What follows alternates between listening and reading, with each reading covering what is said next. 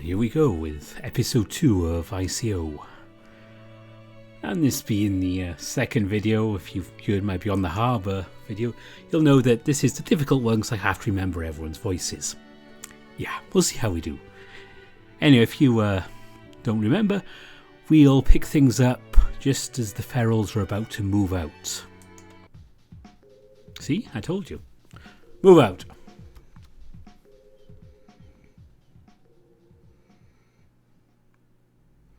The auditorium was silent as the grave, unusual but to be expected considering today's lecture.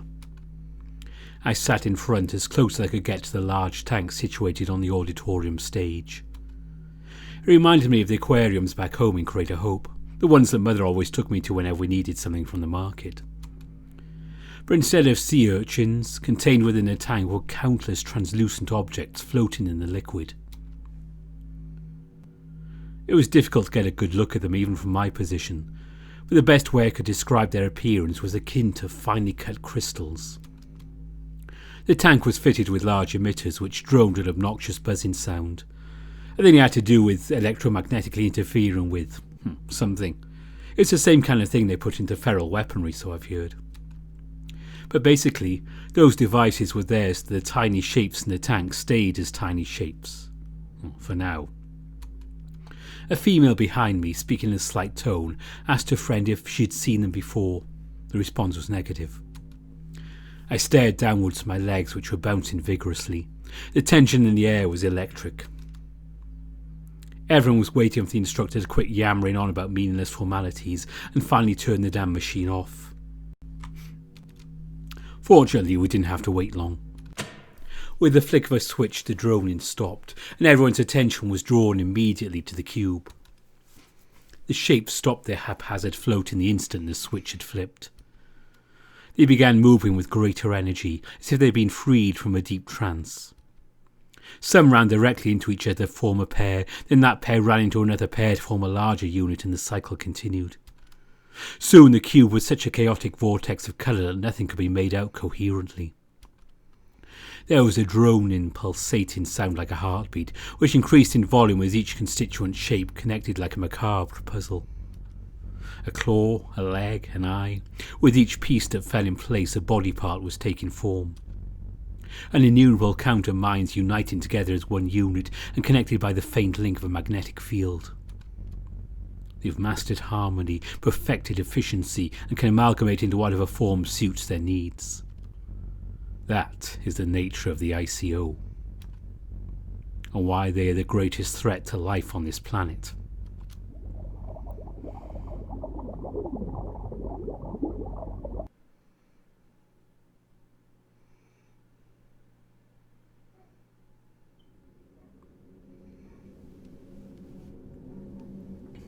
Silhouetted in the distance was the carcass of an old world city, a concrete husk swallowed in the shade of the mountains that rolled endlessly beyond. The only sign of life was a speck of red light flashing from a far-off mountain, Rig 9. It was a relief to finally see our destination. There was still a long trek to go. Even with the ventilation at full blast, I was baking within Scarlet Echo.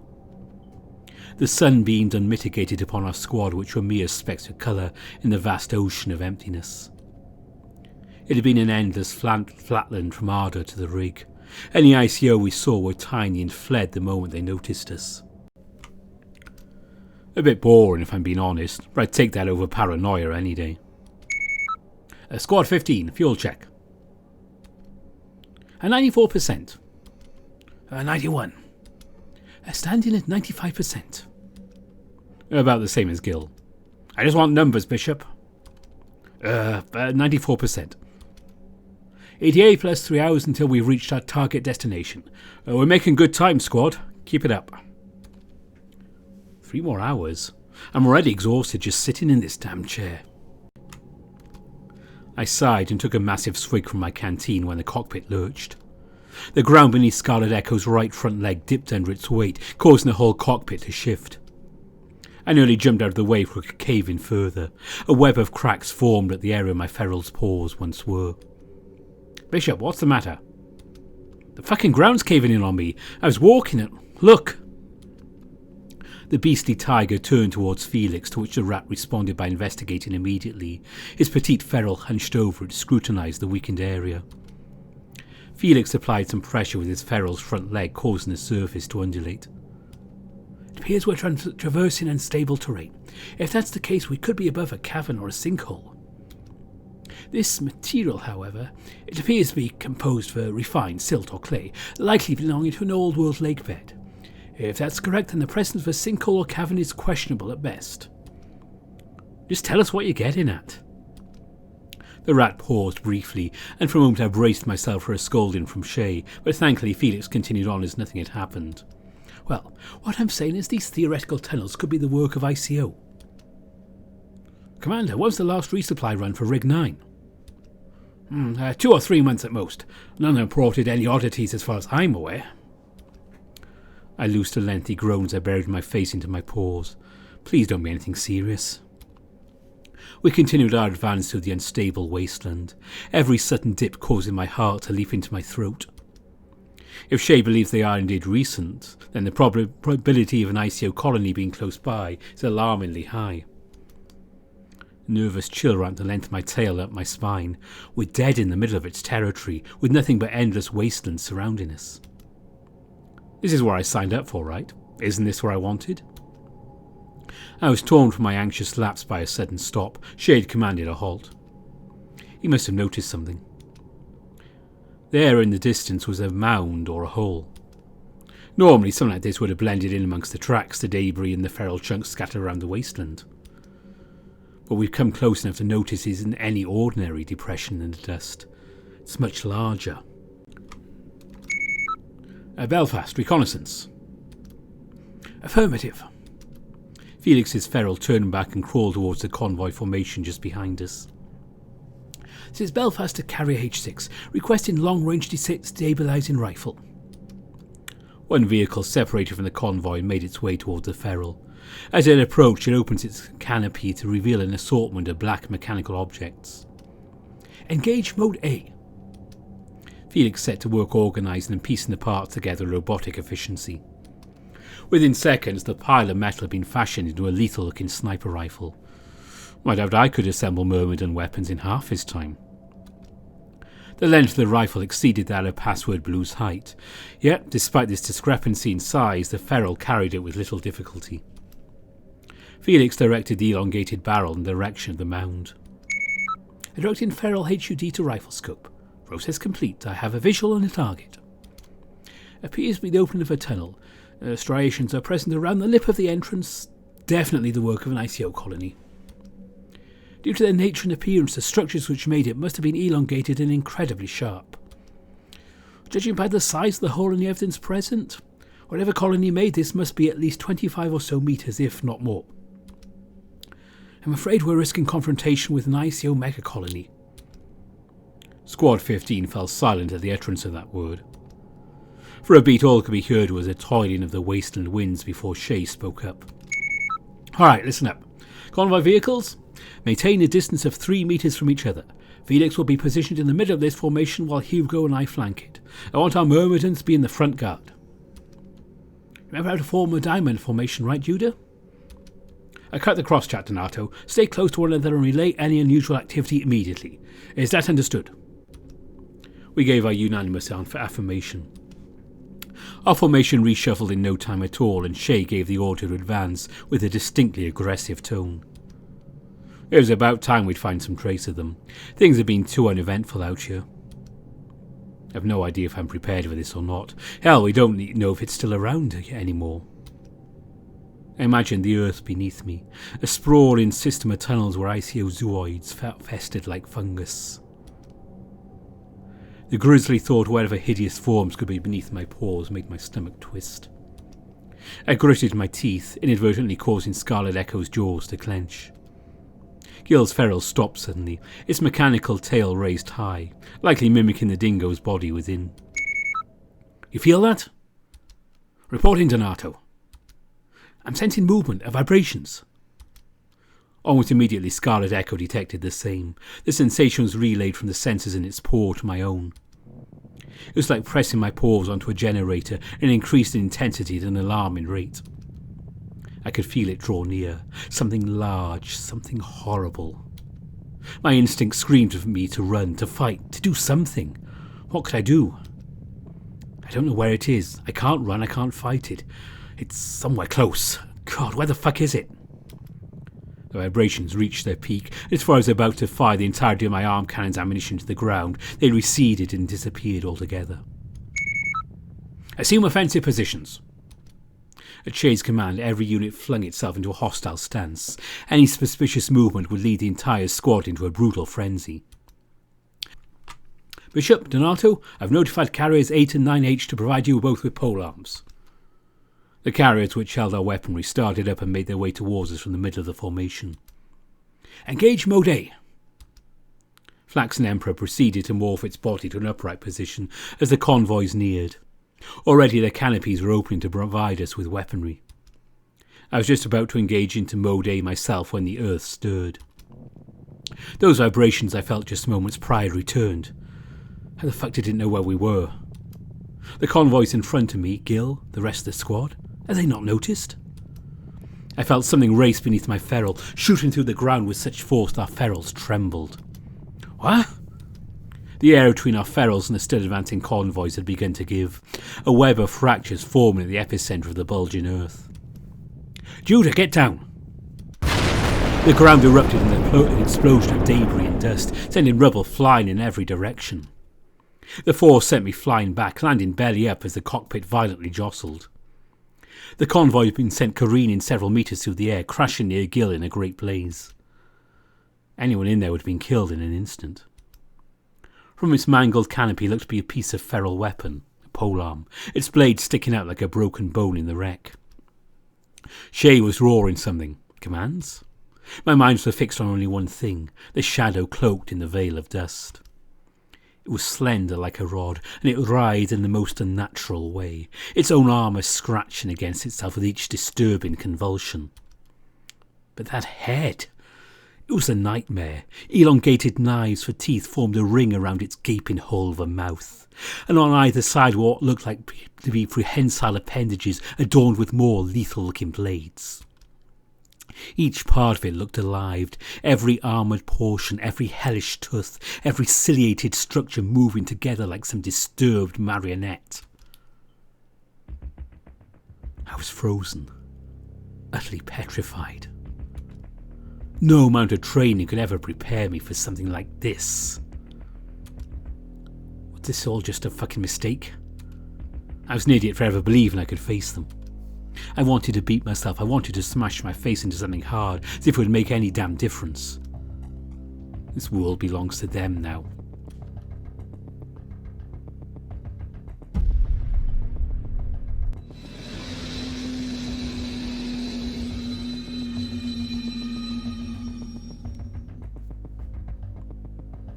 The mecha colony's head was bulging as the armoured zooids softened in consistency. They swelled as it pumped full of liquid protruding out of the makeshift sockets.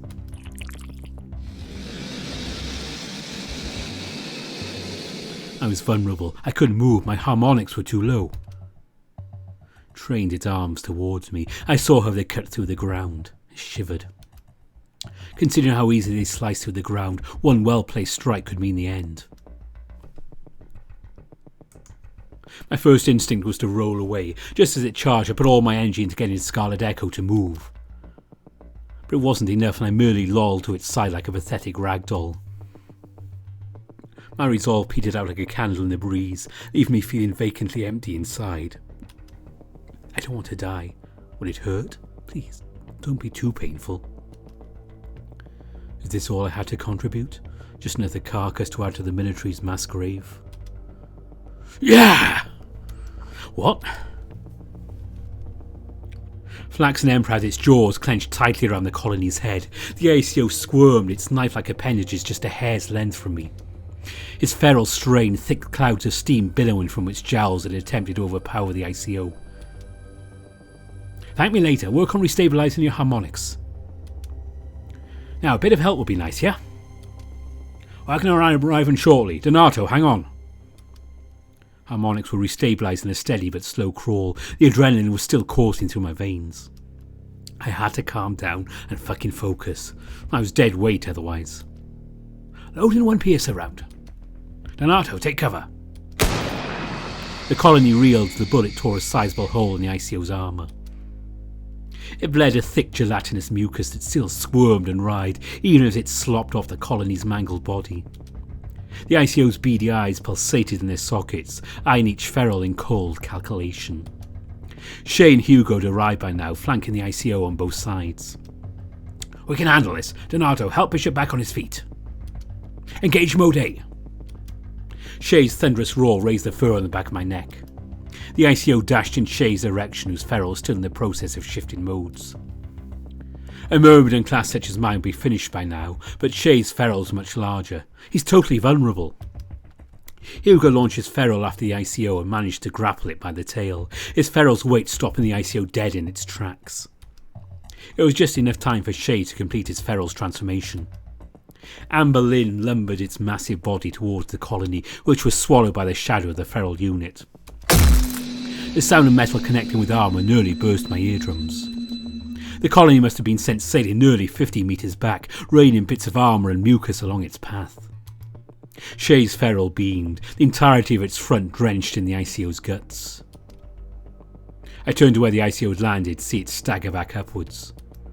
That punch must have destroyed nearly all its internal support structures. The bastard can barely hold itself up. Hugo rushed to the site as Shay reverted to mode B. It's weakened, we can finish it off. The prospect of victory made my heart surge. My harmonics were returning to optimal levels. With another splitting shriek, it thrust itself backwards and cut effortlessly through the ground. Hugo's ferrule hadn't even made it halfway there before the colony had vanished in a plume of dust. No! Oh, son of a bitch! It was just one clean ambush. A single strike from the mega colony left a carrier vessel aflame and its tenants dead. It's Commander Huang to Operator Royce. Vehicle 8H has been destroyed with no survivors. We have encountered a hostile mega colony around 25 metres in length. Prioritize the safety of the resource carriers and exterminate it immediately. Understood. Shay growled gutturally behind the radio. Everyone was quiet. The intensity of the moment is still a visceral shock. I clawed at my face and drew a series of ragged breaths. I was too overwhelmed to think. Hey, Bishop. Commander. I'm just checking in with you to see how you're doing. Oh, just fucking peachy, thanks. Cut the attitude, Bishop, it helps no one. Shit, I don't want to hear apologies, I just want some information. You encountered and fought your first mega colony, and I want to get updated on your current state. If by fought you meant sit on my ass while the rest of the squad had to carry my dead weight, then sure. Sorry if this comes across as, well, rude, but don't you think we should be, spending our time strategizing? It's my duty to ensure the physical and mental well-being of my men, especially for a brand new pilot such as yourself. Effective teamwork and harmonics retention relies heavily on an unburdened mind. Now, I'll ask you again, and I expect a direct answer. How are you faring? Overwhelmed as all hell. I see. Well, that's to be expected. I won't ask anything extravagant of you, Bishop, so simply follow our lead and stay vigilant. Is that understood? Yes, Commander. Excellent. Now, squad, what's our strategy? Hugo and I discussed it for a moment. We surmised it's highly sensitive to vibrations. Every step our ferals take sends waves to the ground which the I.C.O uses to determine our location. So if we move an inch, it knows exactly where we're at. Precisely. Oh, we can turn that to our advantage. The colony is essentially blind without something moving on the surface. We could have one unit attract its attention while two other units surround it. We'll have just enough time to react to its emergence, and with a combined might of 3 ferals, I have confidence we'll be able to restrain and eliminate the target. So have someone act as bait then? A crude way to put it, but yes. I'll act as bait. Oh, Shay's feral and mine are the best fortified in the squad. We do need someone to protect the convoy formations. Are you certain, Wagner? Oh, positive. You're close to the convoy formation anyway, so it's best I handle this. I promise to get our Myrmidon to Hugo's location. You two are several metres away from Hugo. If you move, the I.C.O will track and attack you. Then Hugo's just going to have to make a lot of noise. If Hugo goes wild, then whatever noise he makes might be enough to drown out our movements. Well, Feral should be agile enough to reach him in no time. I see. No objection, squad? There's unanimous affirmation from the squad, myself included. Truthfully, I had no idea if this was going to work. What if it was sensitive enough to discern the vibrations made between us? But there was no other option at this point. I took a deep breath and exhaled. Hell yeah, let's do this. Ready? Ready when you are. Revert mode B.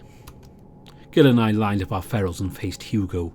50 metres and the quadrupedal feral can easily make that distance, as long as the I.C.O's not faster. Royal Smoke lugged one massive pillar of an arm and thrust it back down. The splitting sound of its impact rang out like explosions into the wasteland.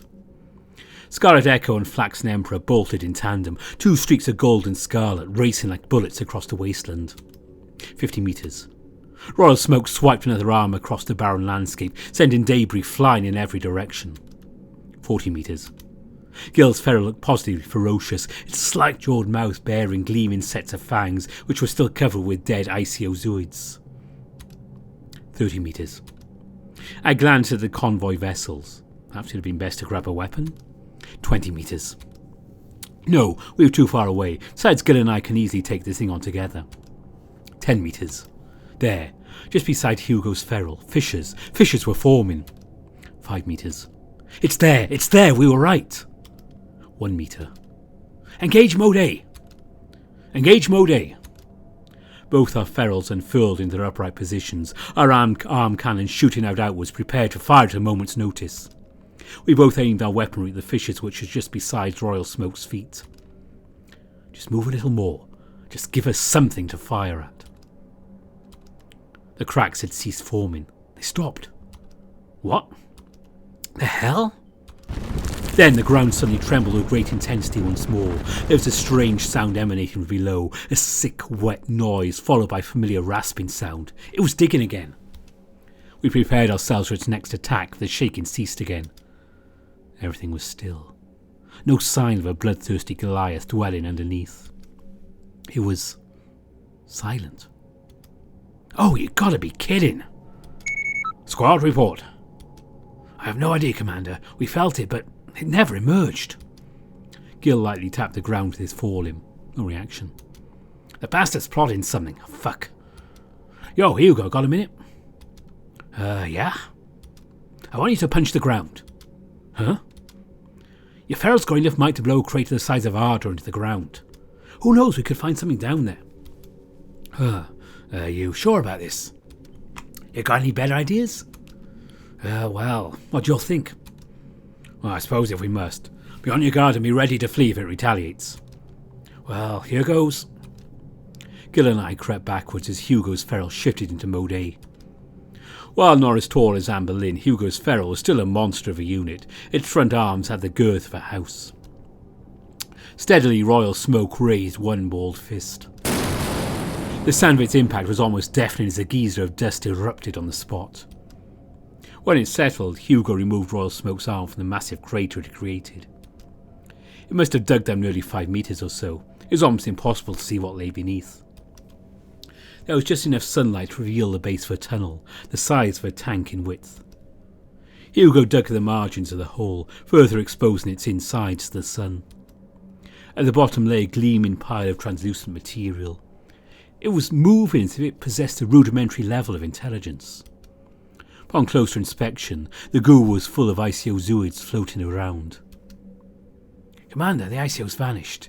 The only trace we can find is some fluid. Son of a bitch has to be around here.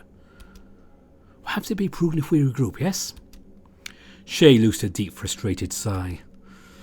Yes, that sounds best. You three get over here pronto. We'll discuss our next course once our squad's reassembled. Make haste.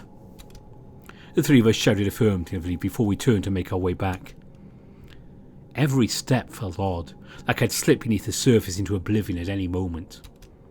Gil and Hugo were silent, not even their breaths audible over the communications.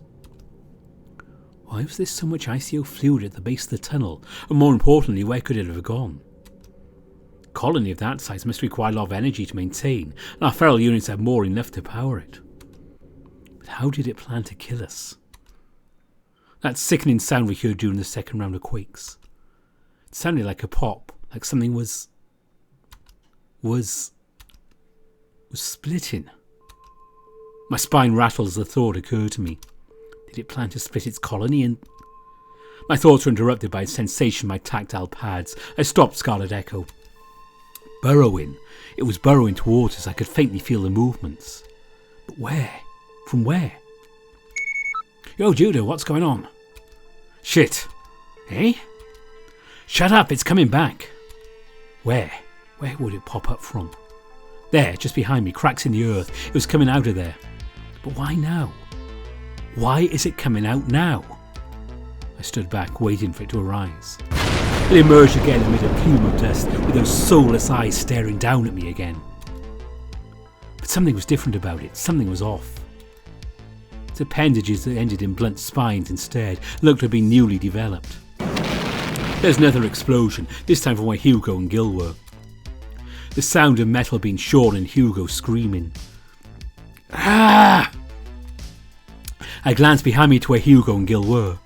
Royal Smoke's arm was in ruins and the feral struggled to maintain its footing. An attack like that would have probably finished a Myrmidon like Gil or I.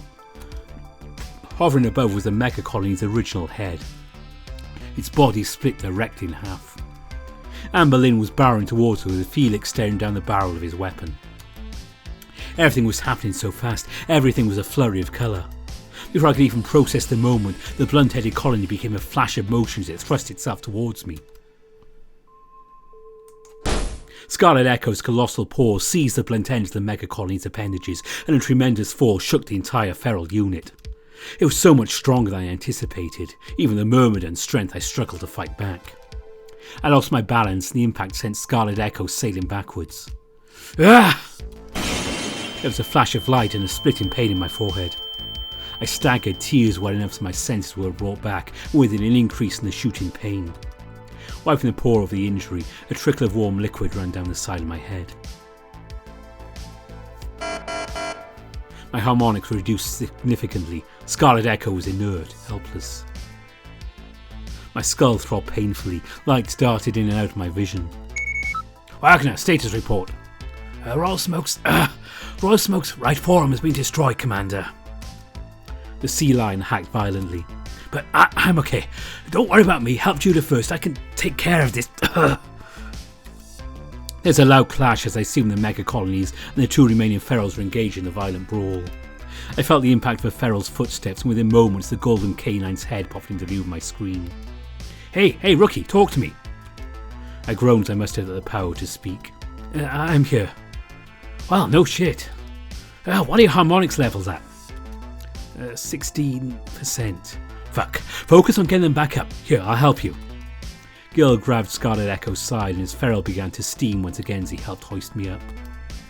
Sorry, my unit's overheating a bit. Just help me get you up, alright?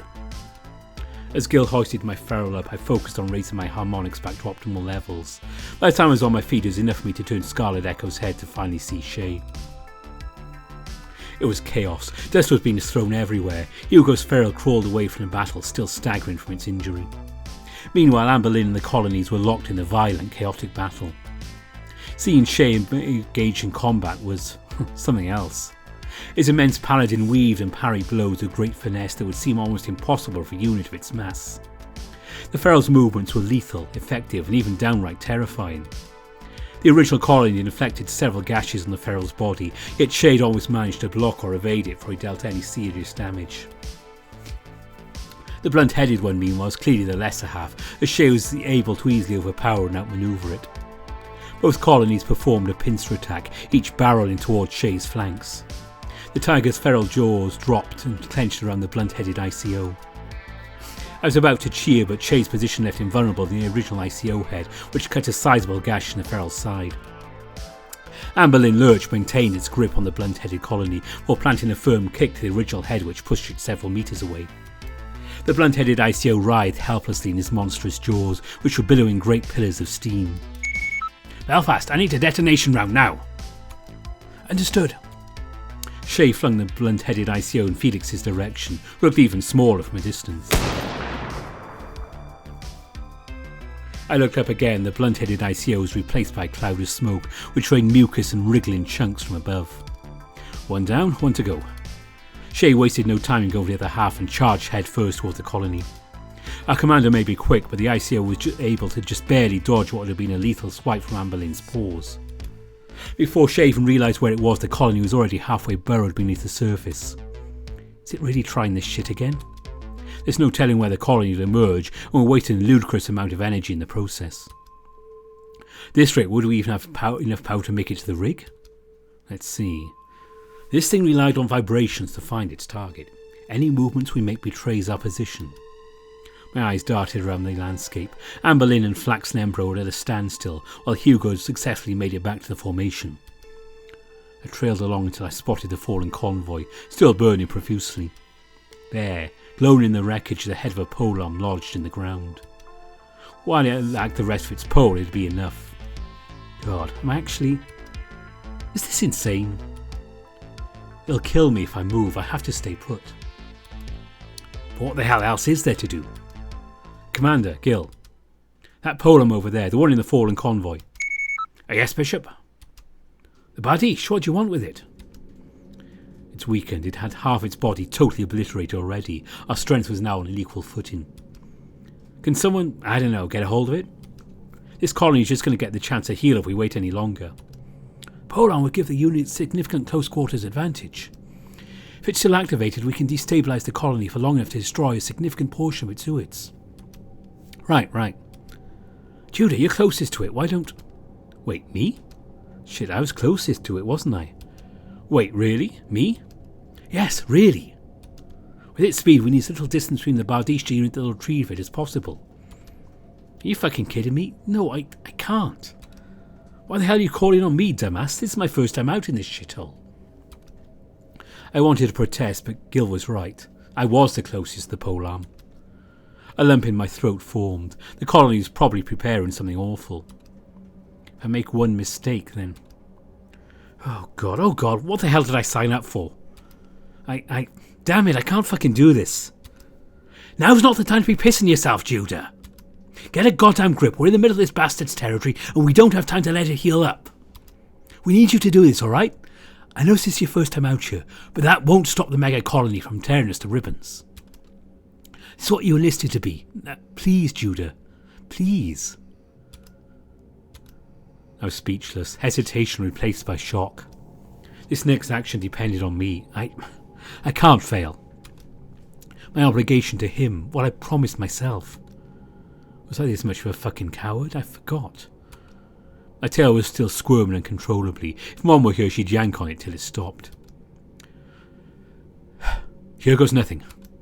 Scarlet Echo's body lowered in preparation to make a mad dash towards the fallen vessel. 30 metres if I mode B, I think I could get there in time. If I make a mistake though, Gil and Shay are as far away from me as the Bardiche is. Forget about that, just focus. The Feral's power drive began to increase in volume and strength to the point the cockpit began to shake ever so slightly. The I.C.O could probably detect me already based on that alone. No point in waiting now. Ah! The mechanical Otter bolted forth even behind a curtain of debris which flew all the way to Gil and Shay. The ground beside me showed signs of movement. The bastard was chasing me just as I expected. It was right on my tail, and already its impossibly sharp appendages were cutting through the surface like a fin through water. Just a little more. It was within my grasp. Engage Mode A! Scarlet Echo locked its digits around the pole, and I twisted around to face the mega colony which had only just begun to break the surface. Gotcha! Using every ounce of my might, I plunged a blade through its body just as the knife-like spine threatened to cut me to pieces. There was a spray of mucus as the weapon tore through its soft tissue. I strained as I dragged the writhing mass from its den. As it struggled, the wound I created began to widen as the colony struggled to create new structures. You won't get enough time to divide, you won't get time to escape. I looked up and saw that golden canine sprinting towards me. Nice going, that was wicked. Flaxen Emperor's jowls widened and it sunk its metallic teeth into the I.C.O's hide. I grappled the Bardiche and pulled at the same time. The I.C.O's body began to give, and the force between our two ferals split the colony tissue by tissue. Fucking aced it, Judah. Just had to talk some sense into you. Why don't you shut the fuck up? Just be quiet and help me kill this thing. Alright. Sounds like a plan to me. So, I've been meaning to tell this to you, but I enlisted. What? I expected this to be her response. She stared at me wide-eyed, awaiting my reasoning, but I remained silent. Judah, why? Tell me. She tried grabbing my paw, but I reeled back. I avoided her gaze, but I knew she was weeping. Please don't cry. I want to do this. Judah. I couldn't look at her, not like this. I didn't want to do it either. I couldn't give a damn about being one of them. But everything had fallen apart. It's eaten me up inside like a parasite. What life we led after Crater Hope, that wasn't living. If she's content with this, then fine, but I need to do this myself. My answer? The only thing I could cling on to in the chaos. This was my answer. The pilot in his stead.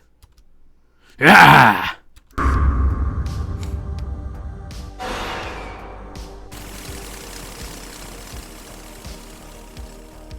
The power that's burning like a star in my core. This is the power of the feral unit. Unbreakable, uncontested, unmatched. In its flames, everything caught fire.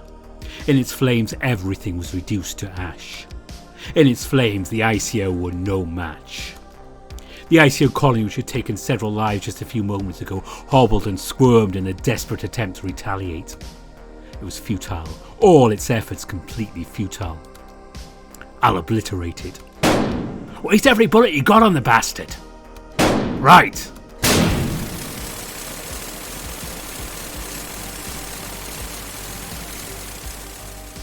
I was overwhelmed with a strange feeling as every bullet pierced its tissue, like I'd done him, no, the world, a favour by removing this thing from existence. The flames of my conviction blazed hotter as the colony was reduced to ashes. When Gil and I were done, only minute fractions of the I.C.O remained, which scuttled away to live another day. I sunk in my seat and let out a great sigh. It was over. We won.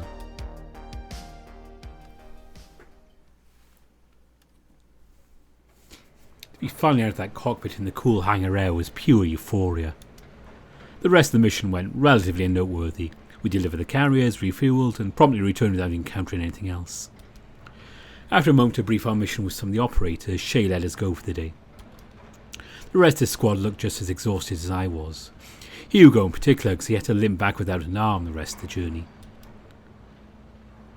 Sure you'll be alright, man? Yeah, sorry I got banged up pretty bad in there. The sea lion rubbed a nasty-looking bruise on his snout, which made him wince. You doing alright too, Judah? You took a pretty bad hit to the head, it seems. I'll be fine. It's nothing major. You sure? Go see a medic if you start to feel fuzzy. Alright, thanks for the concern. I should probably get this checked out and maybe take a nap. Oh, a nap sounds awesome right about now. Anyways, take care, man. See you tomorrow. Farewell, Gil. Great job today, Judah. You did wonderful. Oh, thanks. It wasn't much of anything. I rubbed the back of my head sheepishly. What Hugo said about a nap, though. Throwing myself into my bed sounded great right about now. But wait, shit, I promised I'd call after my first outing. What's the time? 13:05? Yeah, she's probably wondering where I was. Before I could bolt, Gil placed a paw suddenly on my shoulder. Yo, Judah. What? My cheeks flushed red after realising how abrasive that was. I could spot a few pilots eyeing me further out into my embarrassment. Still, that wild dog's touchy-feely attitude was getting on my nerves. Sorry, please don't touch me. Gil apologised and continued as nothing had happened. Hey, so I just wanted to ask if you care to do some sparring with me tomorrow. We're on standby tomorrow, as most of the day will be spent on feral maintenance, but I was thinking we could maybe instead invest some time in a little bit of one-on-one combat training. Your movements weren't too shabby, though I think you still have some room for improvement. That sounds, well, fine, I guess, but you sure it's a good use of our time? It might be a good idea, but I really wasn't in the mood to think about anything right now. I nodded along just to please the dingo. Tomorrow they'll crack a door in the training centre. Just you and me, pal. Might have to show me where that is. Oh, of course. Now, sorry, but I have to go to the bathroom. You probably saw right through my excuse, but whatever. I didn't stay around long enough for him to say more. A name and card? Judah Bishop and right here. You have one pending call from a Marley Bishop in Crater Urbane. Here's your card. You have 5 minutes. Next. Fucking come on. There we go. Hey, Mom. Judah, sweetie, how are you? Oh, fine, yeah. How about you? Oh, same old. There's a germ going round Urbane, so I've been busy at the clinic. Now, Judah, did you pilot your feral today? Yep. There was a nervous gasp from behind the phone, one that sounded both proud and a little anxious. Oh, wow, that's wonderful. How was it? She spoke with that familiar, worried inflection. I'd have to be pretty damn careful here. I really don't want to have to calm my nerves down over the phone. It went okay. We went to a rig and made it back, yeah. There was a pause. Right, okay, nothing else happened? Oh yes, I swear to you, all right? I doubt she was convinced, but thankfully she changed the subject. Well, making any friends? Any cute boys in your squad? I sputtered. Mom? Right, sorry, but come on, I want to know. That's none of your damn business. I guess that Shay fellow looked kind of handsome, but that's beside the point. She knows what she's doing. I could hear her chuckle from behind the phone. That witch. We continued our banter like this for a while, Mom not letting up on the whole cute boys thing. I managed to evade most of the questions anyhow. Time flew by fast, and before I knew it, I had only a minute left on the phone. Let's see. Oh, I should probably ask that then. I didn't want to end on a note such as this, but it only seemed right. Say, Mom. Yes, dear? I wanted to ask, how's Dad doing? There was a momentary pause. You could feel the tone curl up and die on the spot. I waited anxiously for a response. Oh, he's fine. He's doing fine. Yeah? Yeah, I visited him today and, well, he's better. What did better mean? Would you like me to say something to him next time I see him? I thought for a moment. I'm in good health and, well, things are going all right for me. Okay. She was dead silent. Listen, I'm running out of time here, so I gotta go. I'll talk to you later. Love you. She didn't have time to respond for connection cut out. 5 minutes were up.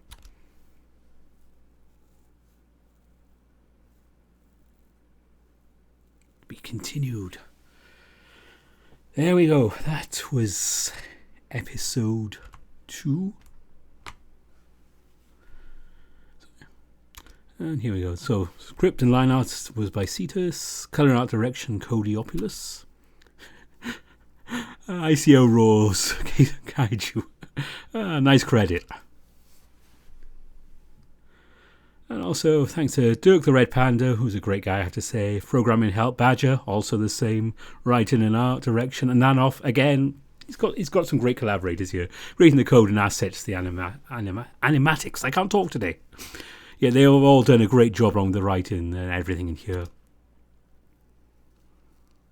Yeah, if you do play this, please fill up the survey and rate it. I know this helps a lot with the various VNs.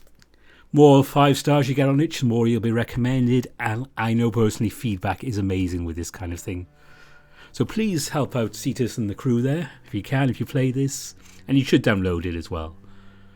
So that's it. I don't know when the next build's coming out, but rest assured we will be playing that one. The next video will actually be after years, hopefully just in a couple of days. Tearving released a new update for that, so we'll be playing that one next. Until then, bye for now.